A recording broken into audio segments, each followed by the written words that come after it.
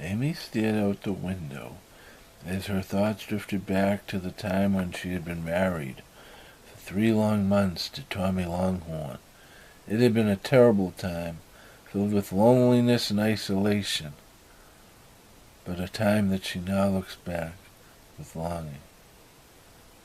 Since they returned from their honeymoon, her husband Tommy had worked literally from dawn to dusk at his cubicle at Holstein Brothers. Work, eat, sleep. He was no fun, she thought. So Amy decided that she needs one last fling before she truly commits to a marriage. So at the local cafe, she meets a young man, Sasha Jones. He's married and lonely just like me, she thinks. So they move towards a motel room, but on the way, he asks her to stop at his bank so that he can get some money out and they can pay cash for the room instead of either one of them using their credit cards. She thinks this is a good idea, so she agrees to stop. At the motel, the young man does a bang-up job, and Amy is pleased that this one last fling has been so rewarding and satisfying. When there is a knock on the door, "Housekeeping!" The police burst in and arrest the couple for bank robbery. Amy is freaked by this. It can't be happening. Her mother is the only one who stands by her, but her mother doesn't have the do-re-mi to bail her out. So Amy is stuck in jail awaiting trial. "It's horrible, Ma," she begs her mother to get her the cash for the bail. "I can't be in here one more day. Ma, please, you gotta do something." But there is nothing the mother can do. The young man testifies against Amy in order to get a reduced sentence for himself. He says that Amy planned it all. It was her idea. He was an innocent. Damn, he's good, she thinks. I'd believe him. So she accepts a plea deal of 5 years. He gets 20 and is gone from her life. Due to overcrowding, she gets out after 2 years and moves back in with her mother. She's Amy Atkins again, and she just wants to put the past behind her. But with a record, that's going to be tough. So she gets a job waitressing alongside her mother at the Hidden Beach pub. Woo! Everybody having fun, all these tourists. So to score extra money and to keep life interesting, Amy begins working with a man named Alex to deal drugs out of the club. A young couple, the Bays, Bob and Alice, are here for 1 week, for a 1 week vacation to celebrate their 1 year anniversary. They're good customers for 2, maybe 3 nights running, buying a lot of coke. So when the club closes for the night, they hook up with Alex and Amy for an all-nighter. When Alex runs out of coke to sell them, they all drive back to his dealer's place, the Source, to resupply. When Alex goes into the house, Bob and Alice pull out guns and force Amy into the trunk of her mother's car. She hears Bob say, "You stay in the car," to Alice, and the door opens and closes. So she does not know if Alice is still in the car with her or not. After 5 minutes or so, she hears a bang, bang, pause. Then another minute passes and she hears them getting back into the car. She knows her life won't be worth 2 cents if she doesn't get out of that car. So she feels around in the dark and finds an emergency release for the trunk. And when it felt like they were slowing down, Amy pulled the release and leapt out of the running car, hitting the ground hard and rolling. They hit the brakes and jumped out and started shooting. And as she was running into the woods, she caught one in the shoulder. 100 feet in, she climbed under some bushes and waited out the night. In the morning, when she emerged from the woods, a car passed by, and they saw her waving. But they didn't stop. They called the cops. So she told the cops everything.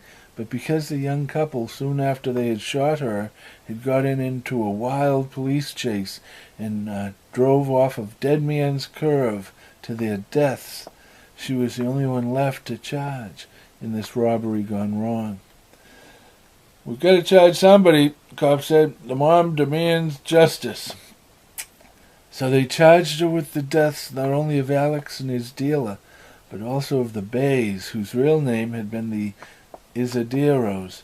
Amy's lawyer was highly confident that she would get off, but he was wrong, and she was sentenced to 4 life sentences. This new prison was not like the old prison, and with 4 life sentences, Amy soon had a reputation as someone who had nothing left to lose, so she gained a lot of power and influence within the yard, and she liked it at first, but as she saw people come and go, do their time, then move on, while she stood still, not going anywhere, like a perpetual high school, she thought, she began to realize that it was that one last fling that had started it all. Oh, how she wished she could go back and make a better decision and just put up with the loneliness and isolation. She daydreamed about what her life would be like today if she had just put up with it.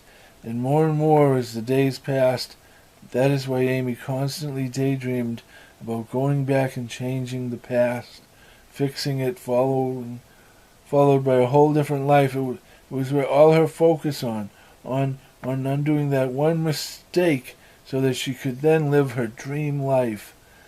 But then she had a breakthrough when she realized that she only has power over decisions going forward.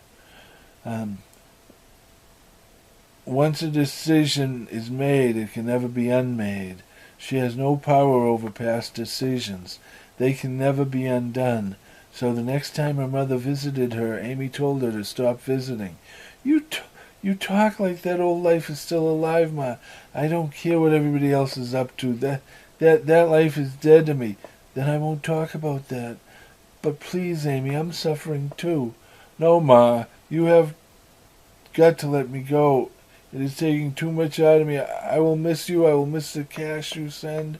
But I won't miss the emotional cliff that I fall off of after every visit. But you were my little girl. I need her back.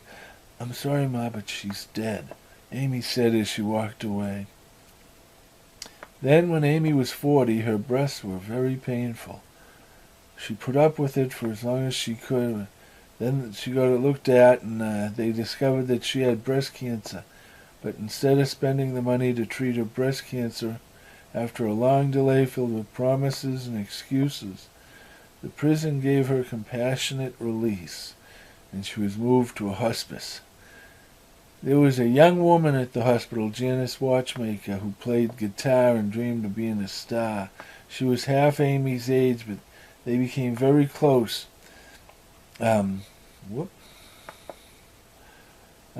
a beautiful summer together, Janice took a turn for the worse.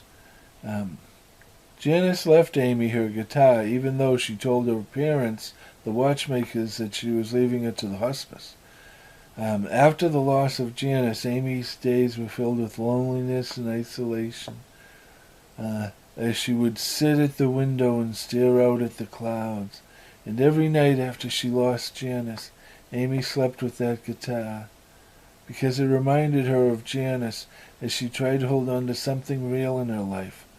6 weeks later, Amy passed on. It was as if she had wilted after the loss of her friend, or was it just the accumulation of grief and disappointment that Amy could no longer hold back, that burst through the dam that was that had been holding it back and overwhelmed her. Amy was buried on Christmas Eve in Potter's Field by the city of New York, and her mother was the only one who attended the funeral, placing a stone upon the grave, then walking away with the memories of happier days, once again filling her thoughts.